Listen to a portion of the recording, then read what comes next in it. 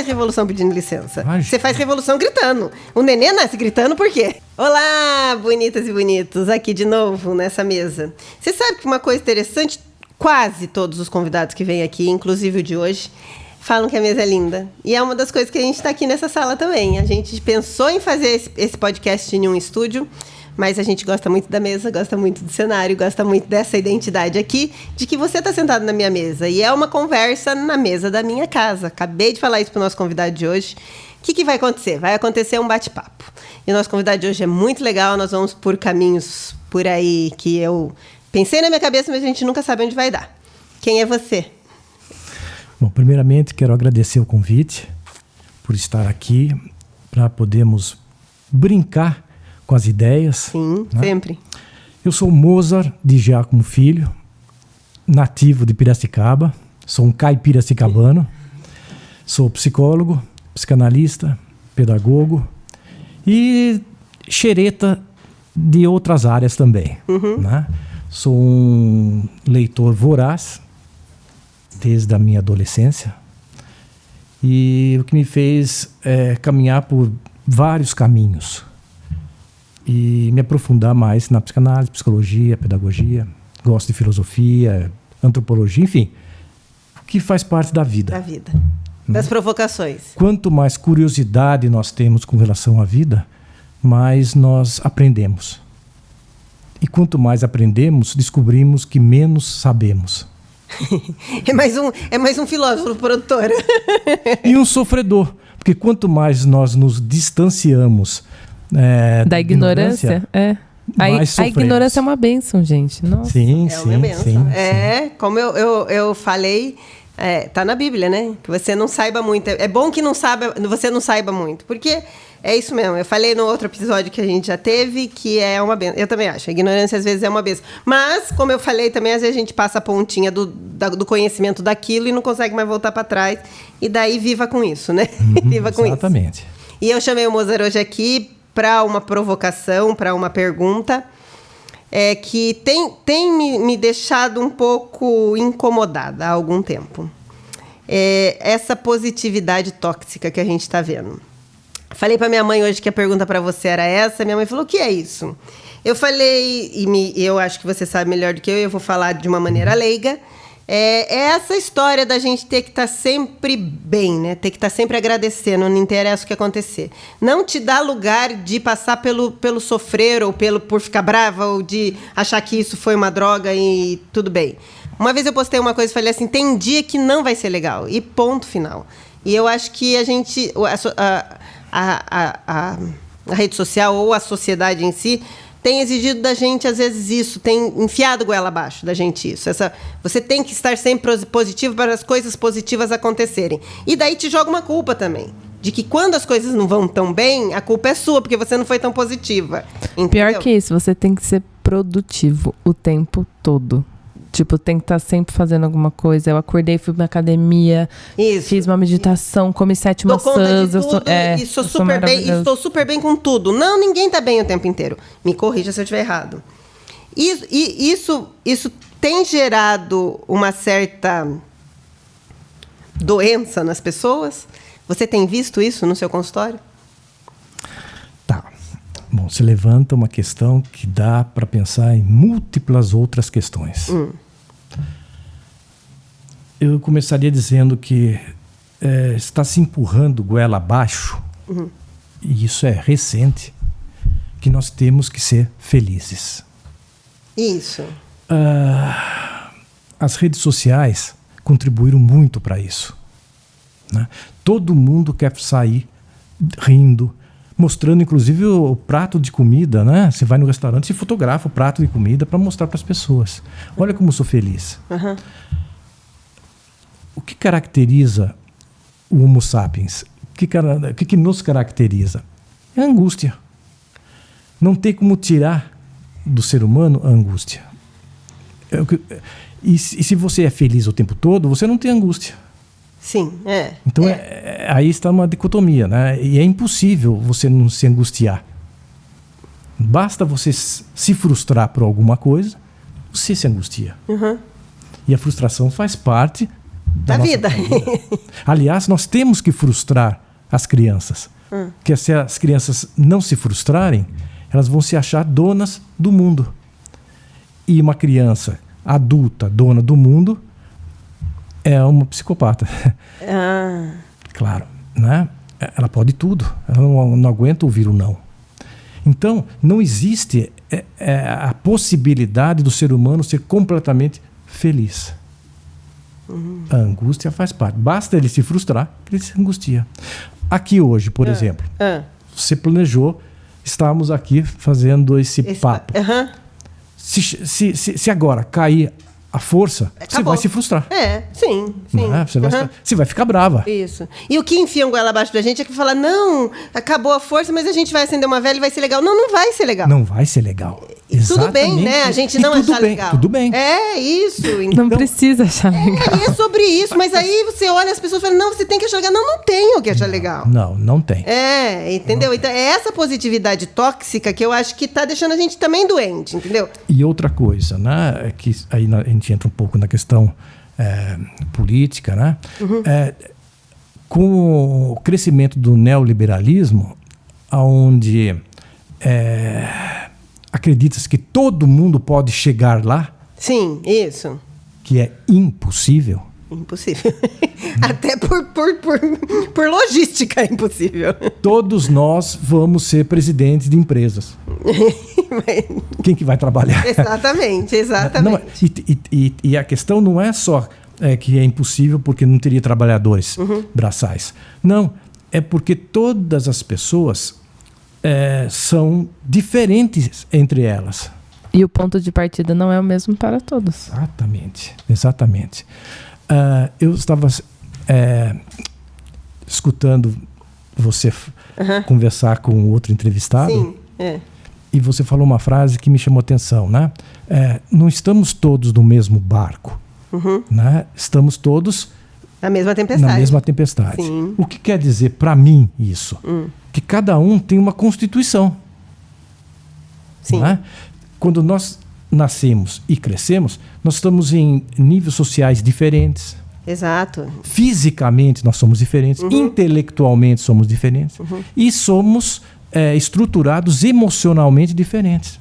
E interpretamos o mundo de forma diferente. Interpretamos a tempestade de forma diferente. Isso. Então, como é que nós podemos estarmos de forma igualitária numa mesma corrida? Claro que não. Não, nunca. Nunca. Então, não chegaremos todos no mesmo lugar. Né?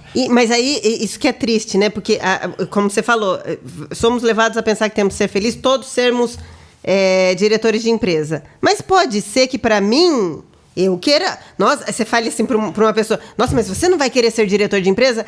E a pessoa hoje não tem nem a liberdade de falar, não queria ser. Porque pode ser que ela não queira. Entendeu? Exatamente. Não é? Eu não me encaixei no mundo corporativo exatamente por causa disso. Eu não queria crescer verticalmente, eu queria só crescer horizontal. Eu tava bem onde eu tava e as pessoas não se conformavam. Exato. Como você quer continuar aí? Mas eu tô bem aqui. Exato. Então você não dá mais a opção pra pessoa de ser um pedreiro, por exemplo. Mas você vai ter que ser um engenheiro, que bola. Mas eu gosto de ser pedreiro. Mas ela usou uma palavra agora, né? 2 palavras, né? Mundo corporativo. Essas 2 palavras, é impressionante. Passou a ser uma regra. Parece que todo mundo tem que estar nesse mundo corporativo. Você falar que você gosta de filosofia... Absurdo. Isso é um absurdo. Deve ser hobby e não trabalho. Isso. É um absurdo. Mas você ganha dinheiro com isso? Artista, músico.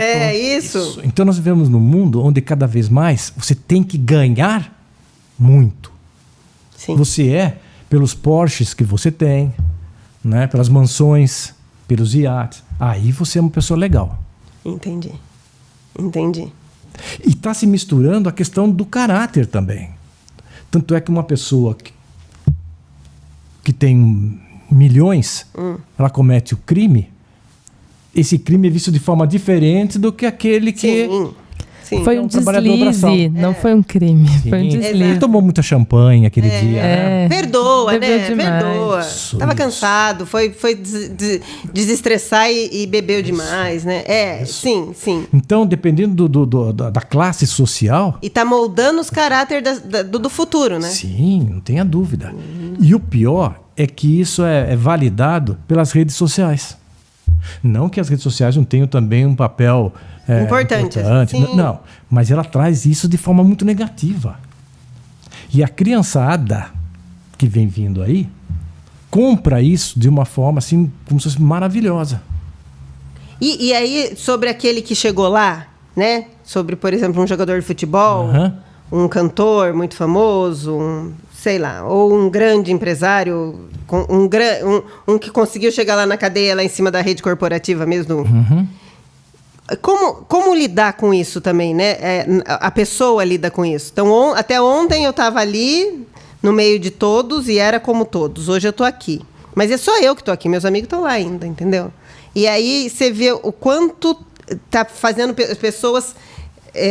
quebradas, mas não quebradas financeiramente, porque no Brasil a palavra quebrada é mais ou menos financeira, né? Nos Estados Unidos, apesar no inglês, vamos falar, né? Porque eu não sou muito fã dos Estados Unidos, mas no inglês eles usam essa palavra para a pessoa quando ela tá doente, seja em qualquer que tá broken, né? Você quebrou, entendeu? E mesmo, o ser humano tá ficando assim. Aí você vê que deu errado lá na frente, porque a pessoa não ela foi incentivada a chegar lá, mas não foi criada para chegar lá, entendeu? É isso. Foi estruturada. Isso, exatamente. Aí tá fazendo um monte de gente esquisita. Sim. Que tá reproduzindo, né? Sim. E que tá criando gente esquisita também. E o pior, vai se vendo isso como se fosse normal.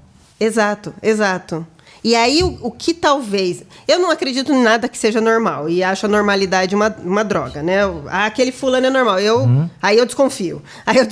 Entendeu? Como diz o Caetano, de perto ninguém é normal. Ninguém é normal e que bom, né? Não temos que ser. Então, assim, nunca gostei de estereótipos que todos Mas gostam. o que é normal, afinal? Mas é isso que ele falou e que vocês falaram é fato. Você nascer numa... falar em português, claro. Você nascer branco, numa classe social mais elevada, num bairro melhor, né? Vai favorecendo. E isso é o normal das pessoas, né? E isso me assusta. Todo mundo ver o normal como normal. Isso me assusta muito. Porque você tem que entender que não é assim, né? Que eles estão tentando enfiar a goela abaixo de você assim, né? Então, e tá gerando pessoas muito... quebradas. E como você falou, está moldando o caráter das pessoas. Então, o que vai ser da gente, entendeu? O que vai ser da próxima geração? Que já foi criada por essas pessoas desse caráter diferente. Sim. Veja, esse jeito de normatizar a sociedade, ela existia. Sempre existiu. Né? Teve sempre aquele grupo que era o dominante, né? E os diferentes ficavam... em quinto plano. Né? Sim. Escondia-se as crianças deficientes dentro do quarto, não era isso? Exato. Né? Isso acontecia também com a questão das raças. Sim. Né? Gênero. Né? Sim. Ora, dos anos 70 para cá, isso começa a se quebrar. Com a valorização da mulher. Né? Com a questão da diversidade sexual. Isso começa a mudar. A questão das raças. Quando foi o clique? Você sabe? Assim, o que foi? Não, mas o que fez o clique?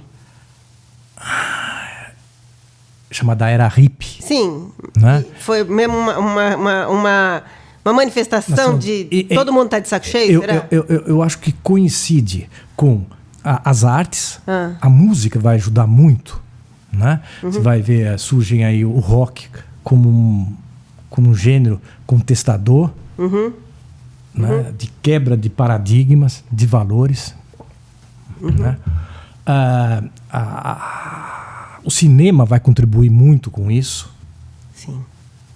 Né? O cinema italiano, principalmente. E esses valores começam a quebrar com aquela estrutura arcaica. Esses valores novos. Olha que interessante, você citou o cinema, você citou música, você citou Mas não citou uma grande corporação, né? Então, na verdade, quem vai quebrar os paradigmas sempre são os esquisitos, né? São a arte. Sim. Não só... Eu tô falando os que são diferentes, né? Entre aspas. Eu falo a arte porque é dado ao artista o direito de ser louco. Tanto é que o artista ele faz o que ele quer, você fala, mas ele é um artista. Se eu faço o que ele está fazendo, sim. Nossa, tem que ser internado. Né, e os anos 70 vão ser 70, 80, para mim vai ser a quebra de tudo isso. O que me preocupa muito hoje é que essa quebra e a sociedade avança muito. Há uma evolução social muito grande dos anos 70 para cá. E muito, a diferença é muito grande, né? Vamos dizer, da época até os anos 70, você tem uma lentidão em umas evoluções. Dos anos 70 para cá, sim. Foi. Para mim, um grande marco na questão feminina é quando as mulheres na França fazem a queima dos sutiãs. Né? Isso, para mim, é fundamental. Sim. Então, há vários aspectos que coincidem e que faz com que a sociedade dê um salto. E só fazendo um parênteses da queima dos sutiãs, uma vez eu estava falando com uma pessoa e falando de feminismo e ela falou, porque elas queimaram o sutiã, eu não acho que é assim. Mas a gente não faz revolução em silêncio, né?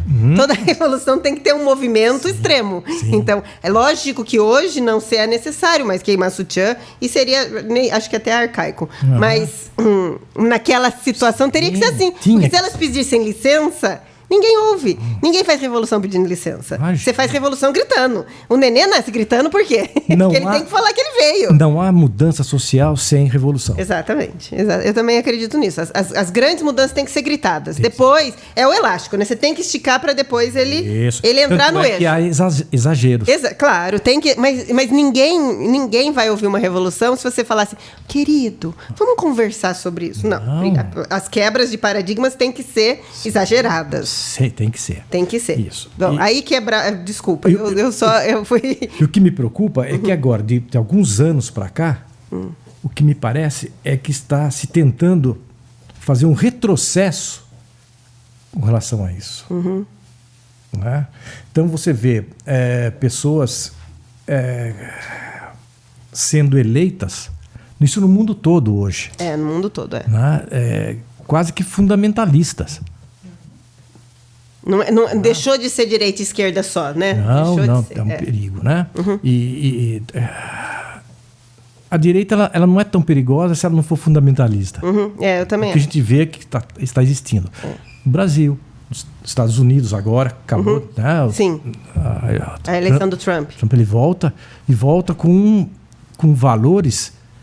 Com um discurso fundamentalista. Muito antigo. Né? Então, um retrocesso total. E isso a gente está vendo na Itália agora, aconteceu também. Não, na França, né? Ficou muito próximo de acontecer. E um país que é tão revolucionário, né? Que sempre teve essa bandeira, né? A grande revolução aconteceu na França. Começou na França. A democracia surge lá. Né? Até a Revolução Industrial, tudo é na França. Tudo na França. Tudo na França. Né? Então, a gente percebe que o mundo hoje, o planeta, ele está sofrendo, ao meu ver, de um retrocesso. Mas você não acha que é cíclico, Mota? É cíclico, mas nesse momento está acontecendo isso. Sim, nós estamos passando por esse ciclo. Estamos passando por isso. Mas você acha que a gente volta, lógico, guardadas as proporções do mundo, que hoje é outro, mas a gente volta ao fundamentalismo da queima às bruxas e essa loucura? Eu não acredito que chegue a isso. Não vai chegar. Mas estou falando, a gente chega a essa loucura, tão loucura, você acha? Eu acho que já está um pouco loucura. Né? Você colocar, por exemplo, para governar um país como os Estados Unidos, que tem um poder sobre o planeta, ainda tem, né, um poder muito grande sobre o planeta, um homem que é de um retrocesso total, não só no sentido político, econômico, mas social. Mas de caráter, como você mesmo citou? Isso. Né? Então, para mim, isso é perigoso. E que acaba influenciando outros países.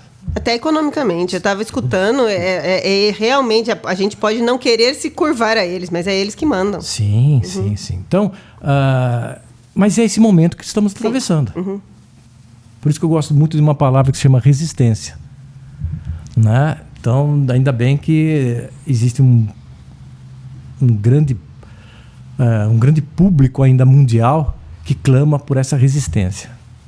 E talvez a gente tenha falado das redes sociais, mas as redes sociais vão ajudar nisso também, né?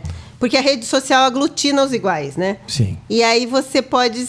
A resistência pode vir daí. Porque, como eu falei que é cíclico, existem esse movimento cíclico de voltar para o fundamentalismo ou para a extrema-direita. E a que é nociva, que fique claro aqui, que eu acho que tem que ter os dois lados. Sim. A discussão sempre é saudável e tudo, ninguém está sempre certo. Mas a volta pode ser feita por isso, né? Porque sempre foi feito, né? As pessoas foram se juntando e daí faz uma revolução, seja ela qual for. E talvez essa revolução venha também das redes, que a gente às vezes pensa que só vai pro mal, né? Sim. Ela pode ajudar também. Mas voltando naquilo que você estava falando, terá que haver novas revoluções. Essa palavra revolução, né? Sim. Vão surgir, as revoluções sempre vão existir. Nem sempre a revolução vem, como era antigamente, com armas. Eu acho que não mais. Nesse ponto, não mais. A não ser de guerras, essas guerras que a gente sabe que não é mesmo a guerra real do que está acontecendo, são outras coisas, mas essa revolução que a gente está falando, não com guerra. Revolução tecnológica. Sim. Né? Então, e tudo é cíclico. Tudo é cíclico. Mas você acha que a gente está melhor? Fora essa parte estamos que a gente melhor. Tá falando. Sim, estamos melhor. Claro que estamos. Eu ia perguntar isso mesmo. Toda revolução vem para melhorar? Só é considerado uma revolução se melhora ou pode ser uma revolução ruim também? Não, eu vejo que sempre tem melhoras. Sempre. Sempre. Nenhum estresse, né, de revolução assim. Sempre. Até num estresse de um ser humano, você acha? Quando ele mesmo que ele surte, vamos dizer. Sim, claro, quando que ele daí sai... se não virar, lógico, eu tô falando, se não virar psicótico mesmo. Claro. Falando, um ser humano comum, nós, né, assim, surtou, ficou bravo. Houve uma revolução interna. Teve. Não, nem que você quebre uns copos, você fala, pronto, fui pro meu extremo, voltei. Você volta renovado, talvez, melhor. Desde que você elabore isso que você teve. Se você fizer isso só como uma repetição, aí não. Né? Eu brigo com alguém e acho que tenho razão. Daí no dia seguinte brigo com outra pessoa e tenho razão. E vou fazer a vida toda isso. Mas daí você não está disposto a melhorar, né? Então, não houve uma elaboração. Houve apenas uma repetição. Né? E só o repetir, daí não traz transformação. Entendi. Então, toda revolução tem que trazer uma transformação, senão... Sim. Entendi. Tem um livro do Freud que chama Repetir, Recordar, Elaborar. Se você não elabora aquilo, né, numa revolução social, por exemplo, a sociedade ela tem que elaborar aquilo. O que foi aquilo? O que aquilo representou? Que mudança trouxe? Senão você vai continuar fazendo igual. Senão você repete. Só repete. Daí você não traz nada de novo. E talvez essas pessoas que estejam tentando, voltando lá no começo, então, fazendo um link, por goela abaixo, que a gente tem que ser feliz o tempo inteiro, como você falou, não queira mesmo que a gente só repita? Sim, claro. Que daí não tem revolução, né? Que daí não tem mudança. Sim. Aquele que está no ápice da sociedade, né? No ápice da pirâmide, para ele é importante a não mudança. Claro, né? Porque os que mudam, né? Claro. Sim. Né? Quanto mais você mantiver a estrutura como está, é melhor. Você vê isso quando você lê ou você entende um pouco a escravidão no Brasil. Claro. No Rio de Janeiro, era 1 branco para 4 afrodescendentes. 1 para 4. Quer dizer, se esses afrodescendentes se juntassem, ele matava o branco na mesma hora. Sim. Entendeu? Mas ele mantinha ele subjugado e daí a gente sabe da história, né? Que aí quem é subjugado, quem está sempre por baixo, não vai conseguir fazer uma revolução. Isso é uma loucura, né? Era só eles terem se rebelado, gente. Porque eles eram mais fortes. No Rio de Janeiro, principalmente. Era para cada um, senhor, você tinha no mínimo 4. Que loucura isso. Olha que loucura. A que ponto que chega o ser humano subjugado? A que ponto ele chega? que ele não consegue entender isso. Quando você destrói a autoestima da pessoa, ela perde todos os seus valores. Ela perde a força. E você quebra também o sentido de grupo. Porque a escravidão separavam as famílias. Separava os países também, né? Eles não punham... Isso, não punham... Não punha, para não poder se juntar. Isso. Você quebra os valores, você quebra a tradição, você quebra a história das pessoas. Elas passam a ser nada. Uma dica para quem está nos ouvindo, para ler a trilogia Escravidão. Sim, de Laurentino Gomes. Isso. Mas não só. Mas leia a trilogia, que é sensacional. Vou recomendar também junto com ele. E leia os dos anos, que eu não vou lembrar todos agora aqui, porque a cabeça falhou. Que ele conta a história começa contando quando Dom João chega no Rio e vai até a Proclamação da República. Isso. É incrível. Se você quer entender um pouco da história real, é incrível esses 6 livros dele. Laurentino Gomes, recomendo muitos. É a ponte. Na hora que você lê, você passa a ponte e fala, eu preferia não ter lido no fim, né? Você fala... Mais uma vez, a ignorância é uma benção. Não, é verdade. Quando eu acabei de ler o último da escravidão, você fica tão enojada do que foi aquilo. No primeiro eu fiquei, o meio ele conta um pouco, mas o último... Você fala, era melhor não ter lido, você fala, né?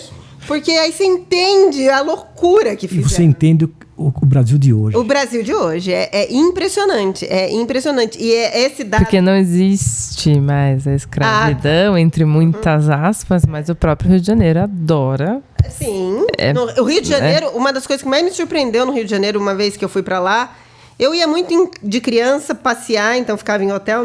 Uma vez eu fui na casa de um conhecido, um apartamento muito pequeno, mas não era um apartamento grande, de mais de 100 metros quadrados. Se tivesse 50, era muito. E tinha a dependência da empregada. No Rio de Janeiro, todo apartamento tem, porque você continua mantendo uma criatura lá. Tá aqui. E eu fui em outra casa, uma vez, passar um ano novo. Ano novo para todo mundo, né? É para mim, para você, para todo mundo. E a gente estava lá na casa dessa pessoa, e aí no dia 1º de janeiro, a funcionária não veio trabalhar, ela estava inconformada. Como ela não veio trabalhar? Ela sabe que eu estou com visita. Eu falei, mas ela deve estar com visita também, coitada. Porque é 1º do ano para ela também, né? E é impressionante isso, como a pessoa não consegue entender isso. A aura escravocrata está lá. E aí, a hora que você lê esses 3 livros do Laurentino Gomes, a hora que você chega no último, você fala assim, eu tenho vergonha. Não é? Você teve essa sensação. Eu tive não só a vergonha de ser branco. Você fala, nossa, o que o branco fez. Não. É vergonha de fazer parte dessa espécie. Da espécie, exatamente. É essa sensação que você tem, de fazer parte da espécie humana. Você fala, não é possível que um outro teve... Ou desumana, nesse caso. Não, você fala assim, não é possível que o outro fez isso com aquele, né? E aí você começa a entender. E o que me chamou muito... Esse número que eu trago de 1 para 4 é lá que tem. Que o branco tinha 4 afrodescendentes ali. Aí você fala... E eu falo afrodescendente porque eles já eram brasileiros. E quando eles foram libertos, eles já eram cidadão brasileiro. Eles nasceram. Eles já nasceram aqui. Então, cada vez fica pior a história, né? A hora que você chega... E é isso que a gente falou desde o começo, que às vezes a ignorância é uma bênção, porque a hora que você passa certas pontes na sua vida... Não tem como desver, saber resolver. Mas eu aconselho que vocês passem essa ponte. Eu acho que... Eu acredito em uma... Dá uma consciência de classe, né? E eu acho assim, eu tenho 3 filhos, eu acredito no poder da réplica. Entendeu? Então você cria 3 criaturas melhores que vão criar criaturas melhores e tal. Então eu até falo uma coisa feia, mas tem gente que é tão difícil que eu falo que não divide procriar, porque vai criar outro cidadão igual a ela, né? Mas é um pouco sobre isso. Eu sei que é uma frase horrorosa essa que eu falei. Eu vou pegar uma palavrinha que você acabou de dizer. Eu, como psicólogo, estou sempre preso nas palavras, né? Ai, que medo, né? Que medo, né, Mical? Poder. Né? Então, eu vou pegar o que você falou, né, esse apartamento que você teve no Rio de Janeiro.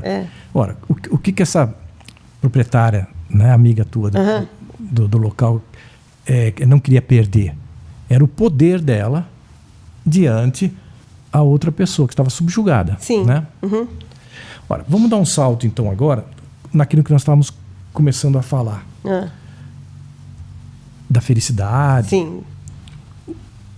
Cada vez mais nós não queremos perder poder. E com o surgimento das redes sociais, ela deu, né, as redes sociais acabou dando às pessoas um poder de fala que muitas vezes elas não têm. Não tem o lugar de fala Não ali, tem, né? não tem. Todo mundo se acha no direito de se achar sabedor de tudo, De emitir opiniões. sem saber nada. Isso faz com que, às vezes, um garoto de 15, 16 anos afrontar um professor, né, e dizer para ele que ele não sabe o que ele está dizendo. Isso é seríssimo, né? Claro. Seríssimo. Né? E se o professor diz para o garoto, olha, quem sabe que sou eu sou o professor, você está aqui para aprender. Senão, eu estaria no seu lugar. Certo. Esse garoto chega para o pai em casa e fala, o professor me ofendeu. No dia seguinte, os pais estão na escola para também afrontar o professor.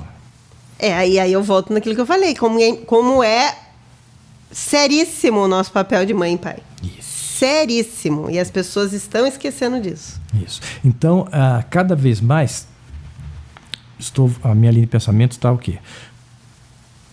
Essa garotada que está aí, que elas vão ser lá na frente. Né? Exato. Elas crescem se achando extremamente poderosas. Os pais estão dando aos seus filhos um poder que eles não têm. Não tem maturidade para ter. Né? Não tem. Ao mesmo tempo que eles se acham extremamente poderosos, eles não conseguem se haver com a responsabilidade. Há uns 4, não mais, eu me perco um pouco no tempo. Acho que mais. Há uns 6, 7 anos atrás, a revista Veja, era uma revista muito lida, né? Tinha a Veja, Isto É. Isso. Elas brigavam. Brigavam. A capa da revista Veja foi de uma mulher sentada. Em seu colo, ao invés de ter uma criancinha, era um homem de quase 40 anos com uma chupeta, né, com uma roupinha assim de bebê. Há uns 7 anos atrás. Aquilo me chamou muita atenção. Na época não estava tanto assim. Hoje está. Você vê homens de 30, 40 anos que não saem da casa dos pais. Porque não querem. Ou que saem, mas esperam ser maternados pelas companheiras. Sim. Também. Estão trocando a maternidade, né? Isso. Então, ao mesmo tempo que eles se acham tão poderosos, falam o que quer, pelas redes sociais.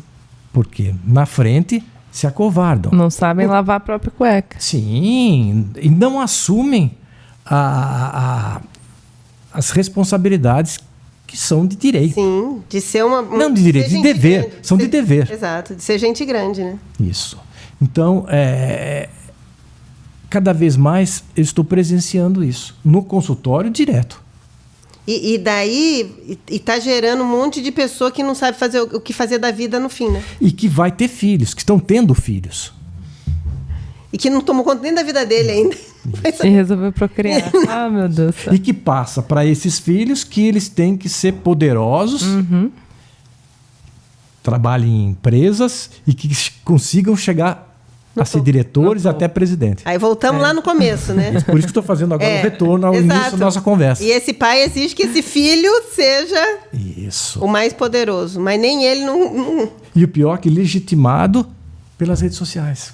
Exato. Também. Esse é um lado negativo. Por essa felicidade a todo custo, né? A todo custo. A todo custo. Só ser feliz, né? Só pode ser feliz. Você só pode ser feliz. Mas e se eu estou um pouco angustiado...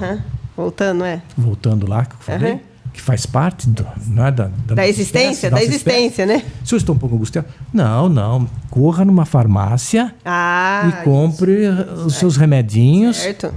Aí vamos colocar nas caixinhas, né? Eu já falei isso aqui também. Coloca na caixinha lá. Ele é hiperativo, ele tem depressão, ele... Isso. Né? Isso. E tem os modismos, né? Cada época tem a época da depressão, depois da bipolaridade. Isso, né? É verdade. TDAH, Isso. enfim, tem isso. Isso. Outro dia a gente teve uma convidada psicóloga também, que veio falar do trabalho dela, mas ela acabou falando nisso. Ela falou assim, nem tudo é ansiedade para diagnosticar. Às vezes você está ansioso naquele dia porque você tem um evento e está tudo bem, fica ansioso por isso. A ansiedade é fundamental. Assim como o medo claro é fundamental. Que não no exagero. Não, é isso que eu estou falando. Mas ele é fundamental. Se você está na rua e você vê um carro vindo sobre você, e se você não ficar ansiosa, esse carro te atropela. Exato. Mas aí estão ensinando a gente a não lidar com nada disso. Você só precisa ser feliz, o resto não precisa fazer mais nada. O que mais cresce na cidade são as farmácias. É verdade. Tem quarteirão, tem 2 farmácias. É verdade. Um quarteirão É um absurdo. É um absurdo. É um absurdo. Tem uma rede aqui da cidade. Ontem eu passei numa rua. Falei, vai estar fazendo mais uma, gente. Como tem tanta gente comprando. Só faz porque dá dinheiro, porque senão não fazia, né? Exato. Eu fiquei 20 dias fora no Melodivel, fiquei com medo de voltar e ter uma farmácia em casa já. Sim. Já tinham destruído minha casa, tava uma farmácia lá. Sim. Foi uma loucura, gente. É uma loucura mesmo. Isso. E vamos pra pergunta final?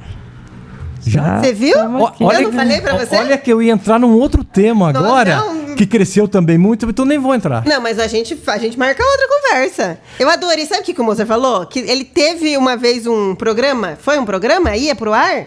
Ia. Ai, conversa de boteco. Gente! Conversa pelo de amor boteco. de Deus, é o meu sonho. Juntar o pódio no boteco, pronto. Eu fazia esse bate-papo em boteco, só que ao invés de ter água, era uma garrafinha de cerveja. Claro, que seria muito mais interessante. Eu falei, quando ele chegou, eu falei se ele queria cerveja, porque já tivemos convidados com cerveja. Bom, enfim, a mesa tá aqui, você vai voltar. Mas agora eu quero saber aonde está o RG do Mozart. Como eu gostaria de saber onde está. Não tem nem ideia? Eu diria que os números do RG vão mudando dentro de mim. A idade faz isso, né? A gente vai construindo e desconstruindo. Eu vejo que depois de uma certa idade, eu passei a desconstruir muitas coisas. Agora, o importante é tentar colocar nesse lugar da desconstrução outros valores. Porque senão vão ficando vazios. Exato. Como um prédio que vai caindo, né? Isso. E esses vazios aí deprimem muito.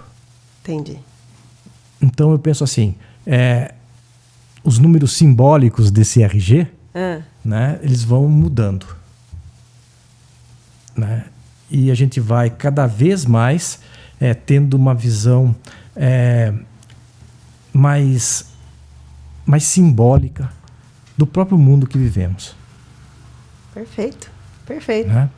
A realidade ela é cada vez mais interpretada de uma forma muito diferente daquela que a gente interpretava lá atrás.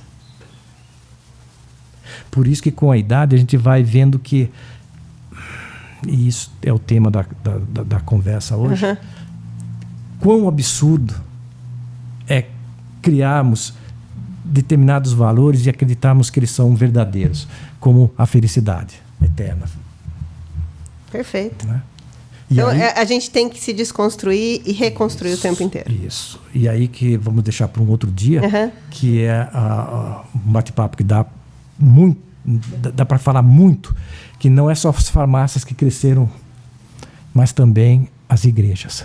Muito. Que está em busca dessa felicidade também. Exatamente, né? Exatamente. Então, mas aí é papo para um... Dá para colocar numa mesa ele, o filósofo, isso. E a gente fica aqui umas 6 horas aqui. Que delícia. Ia ser maravilhoso. Vamos fazer. Eu quero agradecer você pela sua generosidade de ter vindo aqui, dividir um pouco do que você pensa com a gente, de vir nesse, que nem falou uma ouvinte, nesse pinga-fogo, que sem saber muito onde vai, mas como eu te falei, a gente vai.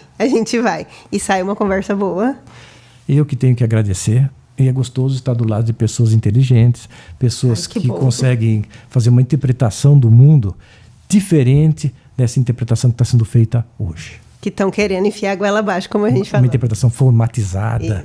Tá? Pôr em caixinha, né? Isso. A gente não vai aceitar caixinha. Isso. Então, eu quero agradecer em estar aqui. Você é sempre bem-vindo. E agradecer as pessoas que vão estar nos vendo. Exatamente. Essa mesa é sua, você é sempre bem-vindo. E aqui acaba mais um episódio. E deixem seus comentários, falem o que vocês acharam. Traga a sua noção de vida, de felicidade pra gente. Até a próxima, gente. Tchau.